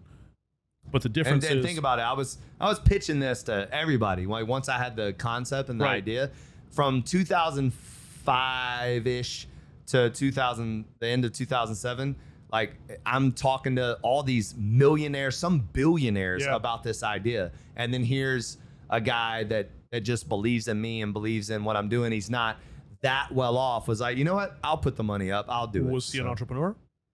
No, not really. Not really. Because he worked for Lufthansa, the airline. Yeah. Okay. Yeah. And I'm sure. And obviously, I mean, $350,000 a year is not a bad gig. No, you know, of course and maybe had some savings or what have you. So. But I'm assuming you did well by him. He did well working with you. No. It was a disaster. So, it was a disaster. That took a turn. Yeah. Okay. So he invested the money, and our first 2 years were brutal, man. Oh, sorry. This was right before COVID. Yeah. Oh, no. This is 2008. This is my first gym. Okay. Yeah. And so what, I mean. No, the guy so Adam Siegel, so just to clarify, Adam Siegel is my investor in 2017. That was after a lot of success. Oh, I see. So my first ever investor was a guy named Mark Gordon, who invested in me in 2007 to open up the very first Legacy gym. And it didn't work out? It didn't work out. No. Because you didn't have enough experience. No, it had nothing to do with that. I worked my ass off and knocked it out of the park personally, but I couldn't find another trainer to do the same thing. Okay. The gym flooded 10 times. We opened up right after the recession. Like, it was not a smooth. Yeah. We had a nasty landlord, like nasty. It was the longest 14 years of my life. But even with those hardships, like, you kept going. Oh, a lot of people would have quit. Oh, I mean, trust me, there was many moments that even my own family told me to stop. Why didn't you? There's no way. I thrive off of people telling me I can't do stuff. So I knew, like, I mean, I've told this to Oscar a bunch of times, like, and this reason why the Pitbull is tattooed on me. I know that one day the Pitbull will be as iconic as a swoosh. I know that for a fact. And I knew it then. Love it. I knew it then. Like, I knew it. I'm just looking at this Pitbull over your shoulder here on the screen. Yeah. That's great. No, it will be that iconic one day. So you expand into multiple locations. You figured out your formula. You built it on group sessions, right? Well, after the failure of being a personal trainer, right? That, but I'm trying to find. But the business model was like supposed to be 5 trainers doing what I do, and then we all would have been like making great money. That didn't work out. But after that whole like Orange Theory, Soul Cycle, after that model was proven out by other people in the industry, I was like, I have that, and I have it in a better way. And I knew, and I was a fan of what CrossFit did, what CrossFit did, but not what they do. If that makes sense. You don't like their I don't methods. like their approach to fitness, but I love their community. Right. And it's no knock on CrossFit. Those that do CrossFit, salute, no knock on them. But just personally, I felt like it was not, I mean, listen, it's just a fact. Like there's a lot of injuries come out of CrossFit. So, I agree with you. I think it's so I wanted to be more responsible in my approach to provide the toughest yet the safest workout possible. And I really identified back then that one of the things I used to do, and I got it from Arnold Schwarzenegger, is, push, pull. So like you do a push movement, you do a pull movement. And whenever I'd go to a gym and I just didn't feel like grabbing weights, I would always use the selectorized equipment because you could get it done fast and efficiently, and you didn't really have to think, and you do it. So I was like, and it was right around that time everyone was going to like functional training and stuff. And I was like, why have we forgotten about just the core machines that put you in a great position? You don't have to worry. You just get in there and lift. And that's what I've done. I've actually implemented selectorized normal equipment in a group format. And I'm the first to ever do that. And I don't really think anybody else is doing it. So at what point did you introduce the beverage line? Was that like how many locations? That was the beverage company came about a year and a half ago. Okay. So how's that been going? Amazing. We launched March of this year. We're the first beverage company to ever launch with a major sports team and arena. We're the official premium water of the Miami Heat in the Kaseya Center. I saw that. We're actually our first event, the Big Three. We were sold there, so that was really cool to see, like the cans starting to be bought and stuff in the arena. We are in over 200 C stores. Wow. Sorry, C stores? What are C stores? Convenience stores. Oh, sorry. Okay. No, yeah. And I didn't know what that was either, too. Okay. I'm learning the beverage lingo myself. That's awesome. And we're about to be on a major distribution, about 55 trucks in 24 counties starting August 27th. We just had a massive fundraising round. It's booming. Like we're off to the races. I feel very, very strongly that I have finally found something that will accelerate the cause faster than the gyms or apparel could ever do. I think that it's a non-controversial product. It's water. It's really good water. Like it goes through a 7-step reverse osmosis process. Yep. We take that all the way down to the 1 micron, which most reverse osmosis only take it down to the 10 micron. We hit it with ozone. We hit it with UV rays. So we're stripping it of all its impurities and making it as pure as possible. And then it took us about 1.5 years to develop the perfect proprietary blend of essential minerals to go back into the water for function and taste. And we're getting a lot of reviews on Amazon that's getting rid of headaches and hangovers. And we have 6 times the amount of minerals than Smart Water. And I think, if I'm not mistaken, we have more minerals than every single water out there except for Pellegrino, because that's an actual mineral water. Right. Yeah. So. And your distribution right now, if you don't mind me kind of like asking a little bit more about the business, but your distribution, as you said, like it's through retail, it's how much of it is direct to consumer? So we are to Amazon right now. So that's I saw you have an Amazon store. So that's our national distributor. And the beverage game, you got to be very disciplined in your approach. You got to drive desirability and availability kind of simultaneously, and you can't really outkick your coverage, because if you do, then you'll crash and burn. And what I mean by that, like, you can't spend too much money to gain desirability and then not have that backed up with availability, and then you can't be so much available without enough demand for it. So it's like playing a game of chess. And basically, we're taking the Smart Water approach, where Smart Water owned Manhattan first and foremost. So what we want to do, because Miami is Manhattan now, we want to own Miami, kind of like Starbucks in Seattle, and really own this city for the water, get cans in hands and every single person in Miami. Let that trickle up, let that trickle down, own Florida for the rest of this year, and then we'll start to break out into other areas. And so how do you do that distribution? I mean, like, okay, there's the convenience stores, you work through a distributor to get there.